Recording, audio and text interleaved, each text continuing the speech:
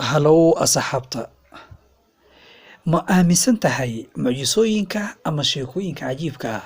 Haddaba haddaadan aaminsanayn, sheekadan waa mid ku anfacayso. Saru oo ah wiil yar oo 4 jir ah ayaa waxa uu ku noolaa xaafad yar oo ku taalo dalka Indiya. Waxa uuna ka soo jeeday qoys faqri ah. Walaalkiis ka weyn Guudo ayaa waxa uu ka shaqayn jiray meelaha tareenada isagoo dhaqi jiray, halka hooyadiisna ay biyo ka xamaali jirtay si cidda loogu helo biyo iyo baad. Taas ma ahayn mid fudud. Maalin ayaa waxaa dhacday in hooyada Saru ay shaqadeeda ku aado xilli habeen ah. Waxa ay wiilka yar kaga tagtay Guudo oo walaalkiis ka weyna, hase yeeshee isaga qudhiisa ayaa shaqadiisa habeenkii ku beegmatay. Taas waxay kaliftay in Guudo uu wiilka yar sariirta geeyo kana tago. Sheekadii ayaa weji kala yeelatay, wax walbana hal mar ayay isbedeleen. Wiilka yar hurdo way ka soo dhici weyday. Waxa ay u ahayd waqti cabsi badan. Cidlo ayuu dareemay. Wuu ooyey. Waxa uu walaalkiis ka codsaday in uu goobta shaqada u raaco. Guudo ma rabin in walaalkiis ka yar uu qaado. Si kastaba ha ahaatee, wuu ka yeelay codsigiisii, wuuna waday isagoo bushkuleetiga ku kaxeeyey. Waxa uu ku fakirayay in uu shaqadiisa ka bixi doono waqti hore si uu wiilka yar xaafadda ugu celiyo, hooyana aysan u ogaan. Saru oo la seexiyey meel yar oo gabbaad ah ayaa arkay tareenada iyo boosteejyada tareenada. Waxa uu dhex galay tareen isagoo markaasi aad u daalnaa, waa uuna dhex seexday. Saru ayaa soo kacay markii uu tareenka bilaabay inuu dhaqaaqo. Mana jirto cid garanayso meesha uu u socdo. Saru ayaa istaagay dariishadda tareenka isagoo daawanaya dhaqaaqa tareenka. Ilaa 2 maalin ayuu tareenka socday isagoona istaagin. Waxa uu maalinkii dambe istaagay magaalada Calcutta.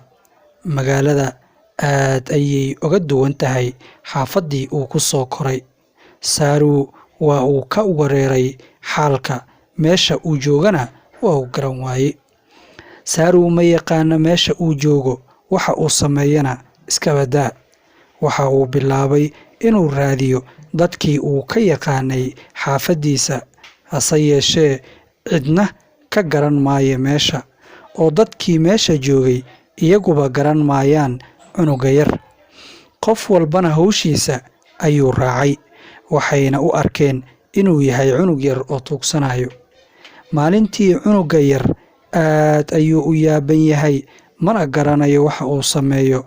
Markii gabalka madoobaaday ayuu iska seexday meel darjiin ah. Maalmo badan ayuu sidaasi ugu dhex noolaa magaaladaas weyn. Waxa ay ila tahay inaan lagu baraynin nolosha dadka waddooyinka seexdo.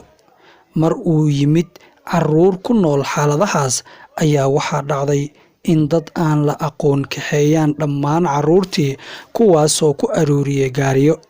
Si kastaba ha ahaatee, Saru ayaa ka baxsaday dadkaas, laakiin ma uusan garanaynin waxa uu sameeyo.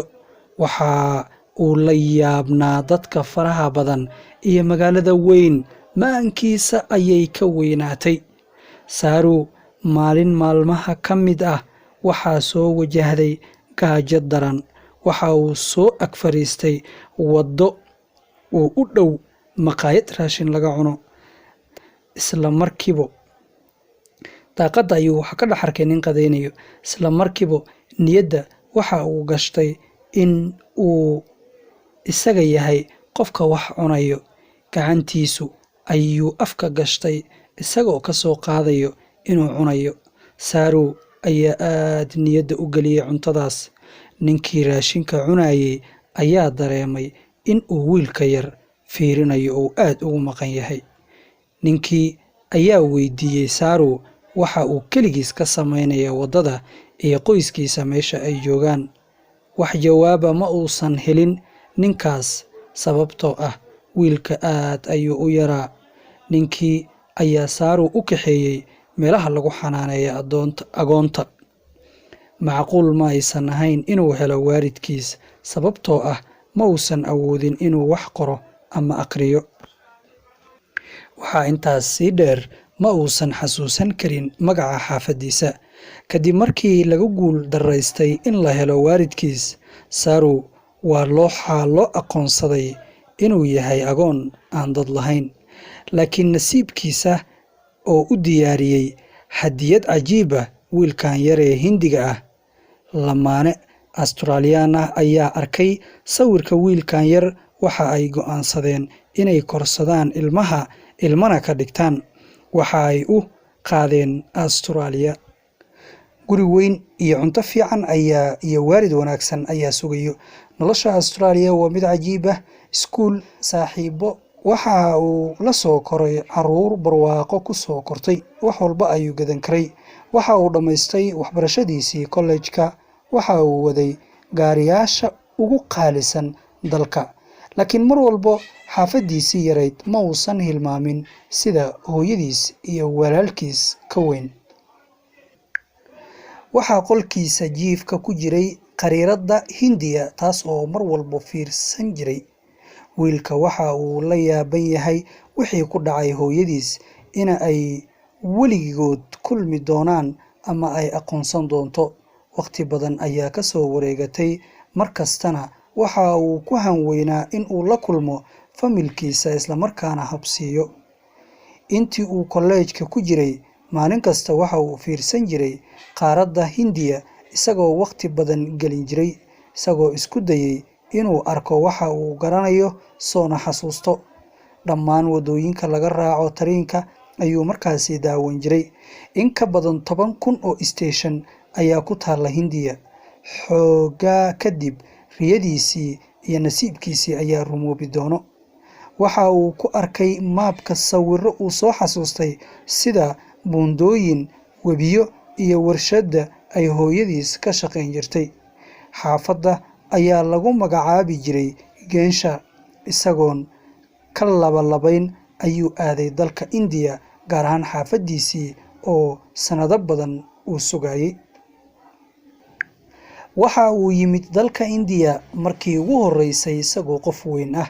waxa uuna tagay xaafadii yarayd ee uu ku noolaan jiray. inanka waxa uu ka cabsaday in uu ka waayo dadkiisii xaafadda, isagoo isweydiiyey, talow ma degan yihiin weli? ma aqoonsan doonaan? qof weyn oo dumar ah ayaa isla markiiba bannaanka u soo baxday, iyadoo isaga soo abaartay.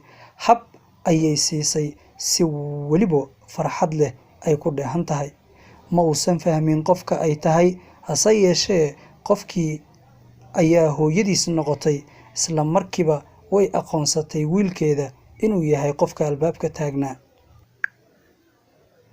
qalbiga hooyo been ma sheego. kulankan hooyada iyo wiilkeeda ayaa dhacay 25 sano kadib. Saaru ayaa loo sheegay in ay dhinteen labadiisii walaal hal mar. hooyana nolol adag ay soo martay. Guru ayaa dhintay markii uu raadinayay walaalkiis ka yar, isagoo ku dhacay wadada tareenka isla markaana dhintay. way adag tahay inaad dadkaada ka soo dhexesho wadan weyn adigoon garanayn magaca xaafadda iyo xataa dadkaada magacooda. laakiin haddii aad doonayso inaad wax hesho, xaqiiqda waxa ay tahay inaad helayso. Saaru oo ku nool dalka Australia ayaa bil walba lacag u diro hooyadiis iyo qoyskiisa oo dhan. hadda hooyadiis uma baahno inay shaqayso. Saaru iyo waalidiintiisa cusub ayaa soo booqda qoyska Saaru. sanado badan ayay hooyadiis raadinaysay, hase yeeshee kuma aysan guulaysan oo way weyday. waxaa keli ah ee ay lahayd rajo iyo riyo in wiilkeeda mar uu soo laaban doono. 25 sano kadib ayay midoobeen qoyska. qisadan cajiibka ah ayaa waxaa laga sameeyey filin. qisadan ayaa soo jiidatay qalbiyo dad aad u fara badan.